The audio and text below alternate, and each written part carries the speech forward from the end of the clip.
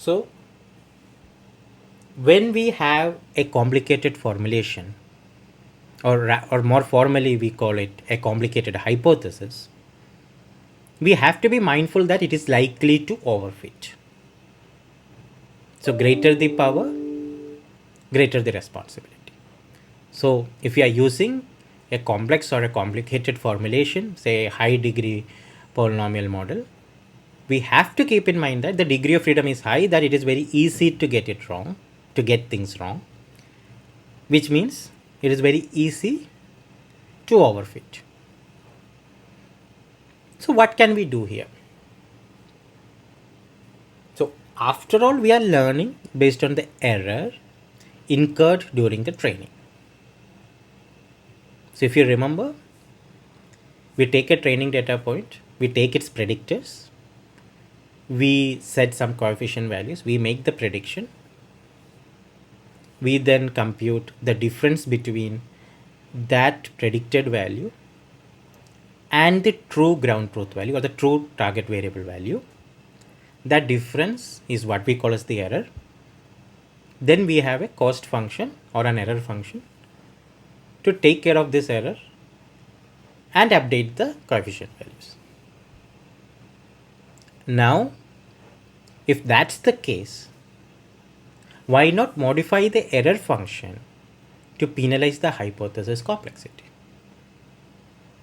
So if we have an error function or a loss function, why don't we just add some expression or some mechanism to penalize this complexity of the hypothesis? And this is precisely called as regularization. So modify, and what do we modify?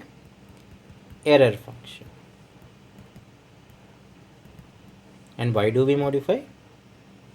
To penalize hypothesis complexity.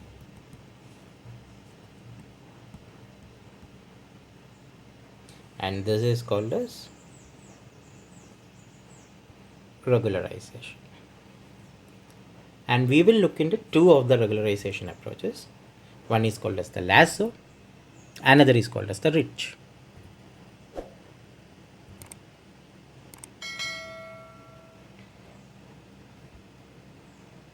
So the idea of regularization revolves around modifying the loss function L. So if you remember, in our last week's lecture, we have seen there is something called as a loss function L. So now we add a regularization term to this loss, which penalizes some specified property of the model parameters. So we will add a regularization term which we show as R that penalizes some specified properties of the model parameters. So what is lambda here? So lambda is nothing but this is a scalar. So lambda is a scalar that gives the weight or the importance of the regularization terms. So do you really need to rely on heavy regularization, or do you need very little regularization? That also can be learned. So here this lambda determines the importance of that regularization term.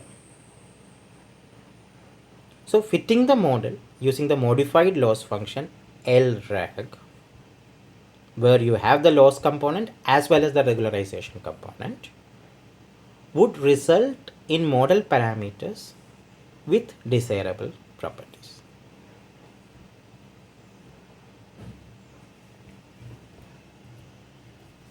So let's first look at lasso regression. Here it constrains the weights by penalizing the absolute value of their size.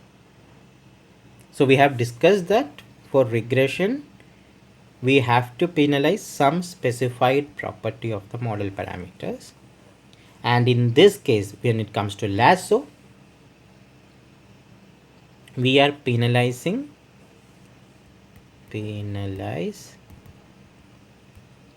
absolute value of their size. So let's say our loss function is the mean squared error MSE, and you can see that this is the formulation for that mean squared error, right? Yeah. Okay, got that right. So next, so this is the L. So this is the L, and this forms the R. Okay, so this is the lambda R. And what is R here? So R is the absolute value of their size. So the objective is nonlinear in the output, and there is no closed form solution here. So instead we have to solve a quadratic. We have to solve using a quadratic for programming formulation, right? And what you see here, which is like when you have J predictors, we are basically finding its L1 norm. So as you can see here, this is the expression to compute this regularization component, which is nothing but the L1 norm. So our regularized loss function will contain the loss function term and the regularization term with the lambda as the coefficient. As you can see here, there is lambda.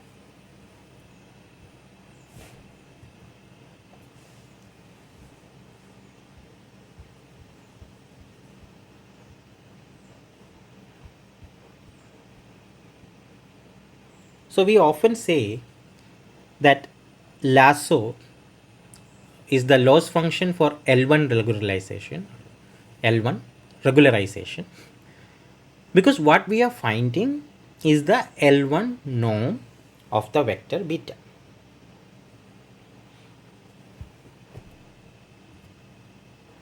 Now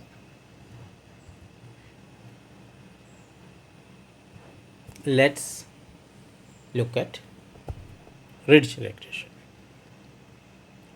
So ridge regression constrains the weights by imposing a penalty on their size. So impose penalty on their size. So it penalizes the squares of the parameter magnitude. So please note that the L term, the loss term, is still MSE, it has not changed. But the lambda R term, that is a regression term, has now changed. So this has now become the L2 norm. If you see, it is the squares of the parameter magnitudes. One thing we have to keep in mind is that ridge regression is not equivalent under scaling of the data. So we need to normalize it. Normalize inputs. So there is a note we have to remember when we do ridge regression. Ridge gives a smooth solution. It effectively shrinks the weights, but drives few weights to zero. So in lasso regression, as compared to lasso regression, ridge gives a smooth solution. It effectively shrinks the weights and it drives only few weights to zero. Another important thing to keep in mind is that it is computationally less expensive than lasso. And what is that? We are talking about the ridge.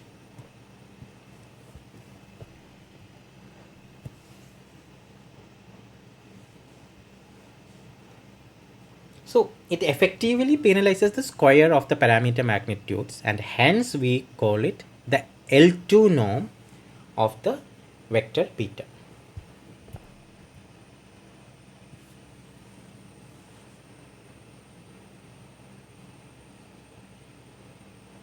So what exactly does the ridge regression or the L2 normalization do?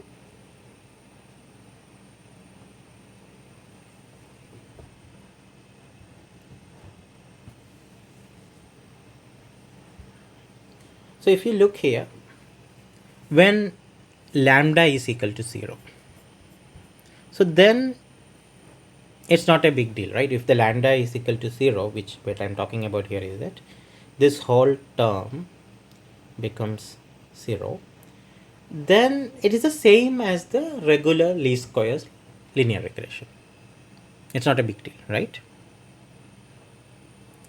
But if lambda tends to infinity, then the solution, that is the weight vectors or the beta here, it tends to 0. So these are the two extremes. Positive lambda will cause the magnitude of the weights to be smaller than in the usual linear solution. So if lambda is close to 0, we basically recover the MSE, implying that it's just the ordinary regression. So same as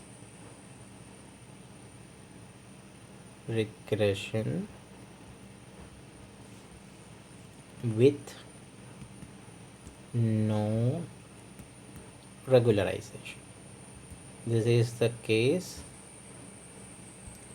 when lambda equal to 0.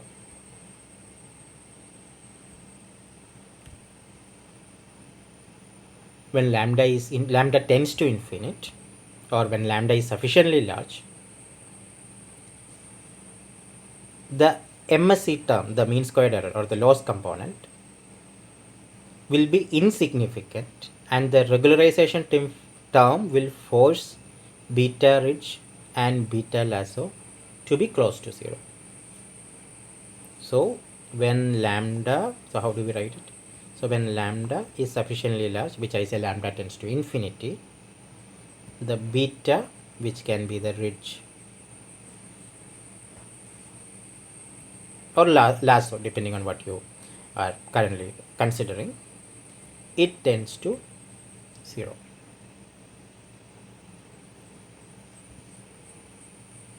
So this begs the question, how do I determine the correct value for lambda, which is a regularization parameter? So to avoid any ad hoc choice, we should select a lambda using some principled approach. So to avoid any ad hoc choice, we should employ a principled approach, and one such approach is cross-validation. And we will see about this in the coming lectures. So thanks everyone for this lecture. From the next lecture, we will be looking into supervised classification approaches. So what we have completed is the regression